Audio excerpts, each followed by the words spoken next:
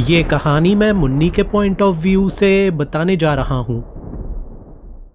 मेरा नाम मुन्नी है और मैं 7 साल की हूँ और मैं हिंदुस्तान के ही एक छोटे से गांव कदम में रहती हूँ। जो किस्सा मैं आज आपको सुनाने जा रही हूँ उसको मैंने और मेरे परिवार ने आज से ठीक 3 महीने पहले अनुभव किया था। जुलाई का महीना खत्म होने को आया था और अगस्त बस शुरू होने ही वाला था। बारिशों का मौसम पूरे जोर शोर के साथ हमारे गांव पर रोज अपना कहर बरसा रहा था। और सिर्फ बारिश ही नहीं थी कि जिसने मेरे गांव के लोगों को परेशान किया हुआ था, बल्कि गांव के ठीक बगल वाले जंगलों में भी कुछ था जिसने कि लोगों को एक लंबे समय से बहुत ही दहशत में डाला हुआ था। काफी लंबे समय से ऐसा हो रहा था कि जो भी इंसान अमावस की रात उस जंगल से होते हुए जाता वो कभी भी वापस लौटकर नहीं आता था। और इसी वजह से पूरे गांव में एक डर का माहौल था। गांव वालों में डर इतना ज्यादा था कि शाम के बाद तो कोई भी बच्चा अपने घर से बाहर तक नहीं निकलता था और बल्कि बड़े लोग भी अपने सारे काम दिन की रोशनी में ही निपटा लिया करते थे। लेकिन एक दिन जब आसमान में बारिश वाले बादलों का कोई नामो निशान तक नहीं था और सूरज भी अपनी पूरी क्षमता के साथ चमक रहा था, तब दोपहर के 4 बजे मेरे भाई दीपक ने मेरी मम्मी से कहा, मम्मी आज सब बच्चे क्रिकेट खेलने जा रहे हैं, मैं भी चला जाऊं क्या? क्योंकि बारिश के चलते भाई कई दिनों से अपने दोस्तों के साथ खेलने भी नहीं जा पाया था, तो मम्मी ने भी उसको हाँ कर दी।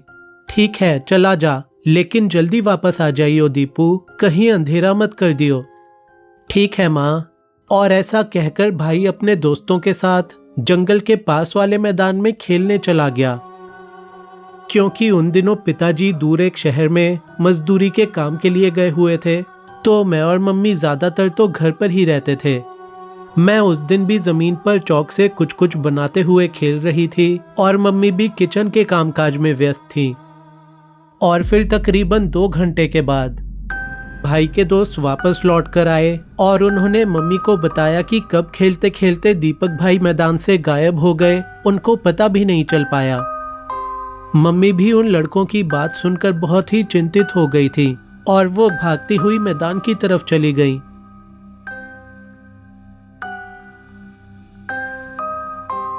शाम के 8 बजे जब मम्मी घर लौटी तो उन्होंने रोते हुए मुझे बताया कि उनको भाई नहीं मिला। अमावस की उस भयानक रात में गांव के और भी कई सारे आदमी भाई को ढूंढने में लगे हुए थे और 1 घंटे के बाद वो भी थके हारे हमारे घर पर आए और मम्मी से बोले, शीला बहन दीपक कहीं नहीं मिला, लेकिन मैंने हेमंत को पास वाले गांव के पुलिस थाने में रपट लिखाने को भेज दिया है, तू चिंता मत करना, दीपक जरूर मिल जाएगा।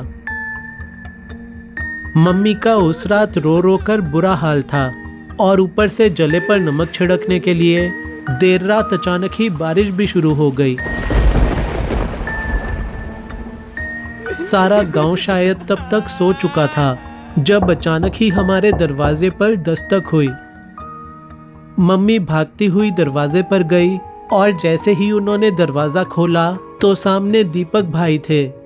मम्मी जोर से भाई को गले लगाते हुए रोने लगी, लेकिन तभी मम्मी का हाथ दीपक भाई की पीठ पर बने घाव पर लगा। भाई के शरीर पर जगह जगह काटने के निशान थे और जब मम्मी ने भाई से उन निशानों के बारे में पूछा तो भाई के मुंह से बड़ी मुश्किल से सिर्फ एक शब्द निकला, भेड़िया। और ऐसा कहते ही भाई गिर गया। मम्मी ने तुरंत ही भाई को बिस्तर पर लिटाकर हल्दी और नीम का लेप लगाना शुरू कर दिया। जब देर रात हेमंत चाचा घर पर आए तो मम्मी ने उनको दीपक भाई के साथ क्या हुआ है इस बारे में बताया। हे भगवान, भेड़िया तो बड़ा ही खतरनाक जानवर होता है भाभी, दीपक को बड़े अस्पताल में ले जाकर टीके लगवाने पड़ेंगे। ऐसी बारिश में कैसे जाएंगे बड़े अस्पताल? इस समय तो नहीं जा पाएंगे, लेकिन सुबह होते ही चलेंगे भाभी, आप हिम्मत बांधे रखना। अगली सुबह मम्मी और हेमंत चाचा दीपक भाई को एक बड़े अस्पताल से टीके लगवा लाए। कई दिनों तक तो भाई कमजोरी से जूझता रहा। लेकिन एक रात भाई के साथ अजीब अजीब चीजें होने लगी और वो अचानक ही एक भेड़िए की तरह चिल्लाने लगा।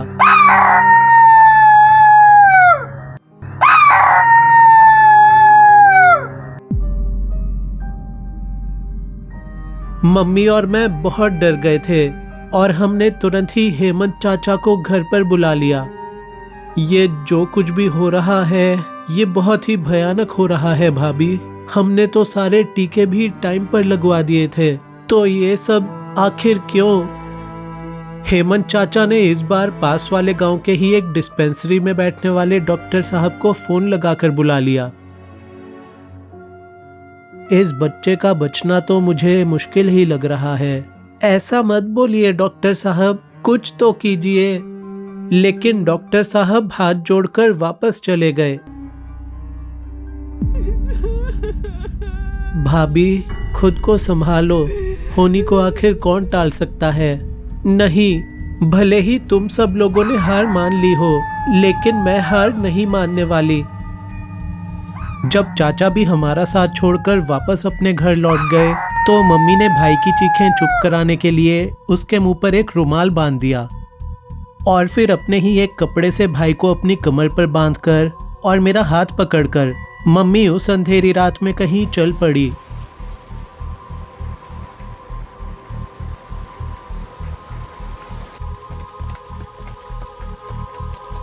मम्मी, हम कहाँ जा रहे हैं? वहीं जहाँ पर हमें बहुत पहले ही चले जाना चाहिए था।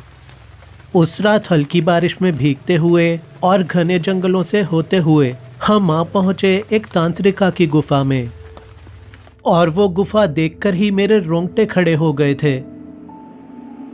और तभी एक बहुत ही डरावनी सी दिखने वाली तांत्रिका अचानक ही हमारे सामने प्रकट हो गई।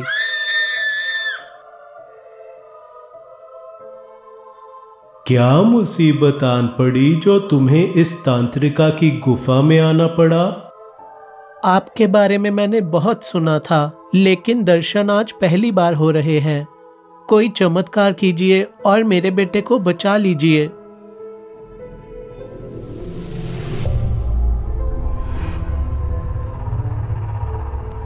दीपक भाई को सिर्फ एक झलक देखते ही तांत्रिका ने तेज आवाज में कहा, इसे भेड़िए ने काटा है, और वो भी कोई ऐसा वैसा भेड़िया नहीं, बल्कि इसे एक मानव भेड़िए ने काटा है।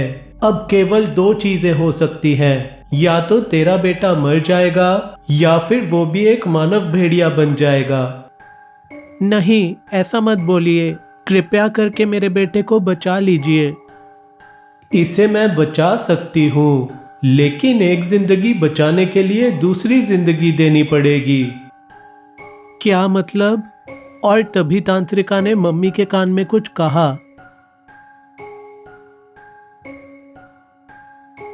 नहीं नहीं, मैं ऐसा नहीं कर सकती, कोई और रास्ता बताइए। अच्छा तो फिर? और तभी तांत्रिका ने मम्मी के कान में फिर से कुछ बोला और फिर मम्मी बोली, ठीक है, मैं तैयार हूँ। तभी उस तांत्रिका ने गीली मिट्टी को गूंदते हुए एक छोटा सा भेड़िए का पुतला बनाया और फिर उस पुतले को एक लाल रंग के गोले में रखकर वो कोई जाप करने लगी। जब उसका जाप पूरा हो गया तो तांत्रिका ने भेड़िए का वो पुतला मम्मी को पकड़ाते हुए कहा, ये ले, इसे अपने घर ले जा। आज से ठीक 7 दिन बाद अमावस की रात है। तुझे 7 रातों तक हर रोज इस मिट्टी के भेड़िए को अपना खून चखाना है। और फिर एक बार फिर से तांत्रिका ने मम्मी के कान में कुछ कहा जो कि मैं सुन भी नहीं पाई। और फिर उस भेड़िए के पुतले को लेकर हम तीनों वापस हमारे घर लौट आए।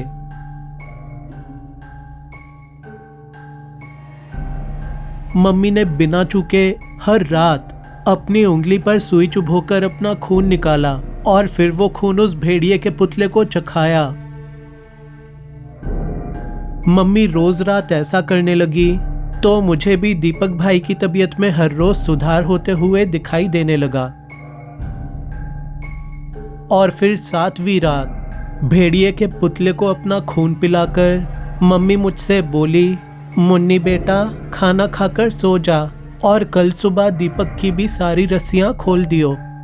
क्या हुआ मम्मी, तुम कहाँ जा रही हो? मैंने मम्मी से पूछा। तभी मम्मी मुझसे बोली कि वो उस मिट्टी के भेड़िए को उस तांत्रिका को वापस देने जा रही है, क्योंकि अब उसका काम पूरा हो गया है। मैं उम्र में बहुत छोटी हूँ, लेकिन फिर भी उस रात मुझे मम्मी की बातों पर यकीन नहीं हो पा रहा था और मैं भी उस अंधेरी रात में छुपकर मम्मी के पीछे चल पड़ी। अमावस की वो रात बहुत ही काली थी और मुझे बहुत ही ज्यादा डर लग रहा था। तभी मैंने पाया कि मम्मी उसी जंगल के पास वाले मैदान में जा पहुंची हैं, जहां पर से कुछ ही दिन पहले भाई गायब हुए थे। मम्मी मैदान के एकदम आखिरी छोर पर जाकर बैठ गई और मैं थोड़ी दूर से ही उनको खड़ी होकर देखने लगी। मम्मी ने मैदान की जमीन पर एक गोल घेरा बनाया और उसी घेरे के अंदर उस मिट्टी के भेड़िए को रखकर मम्मी एक मंत्र पढ़ने लगी। मम्मी को मंत्र पढ़ते हुए कुछ ही पल बीते थे कि तभी उस मैदान में एक भेड़िए की आवाज गूंज उठी। मैं बुरी तरह डर गई थी और मैं भागती हुई मम्मी के पास जाने ही वाली थी कि तभी मम्मी के सामने पड़ा वो मिट्टी का भेड़िया एक असली भेड़िए में बदल गया। और वो कोई आम भेड़िया नहीं था, बल्कि 2 पैरों पर खड़ा हुआ एक खूंखार मानव भेड़िया था और वो तुरंत ही मम्मी को उठाकर उस अंधेर जंगल में गायब हो गया। मैं रोती हुई उस घने जंगल में पूरी रात मम्मी को ढूंढती रही, पर वो मुझे कहीं नहीं मिली।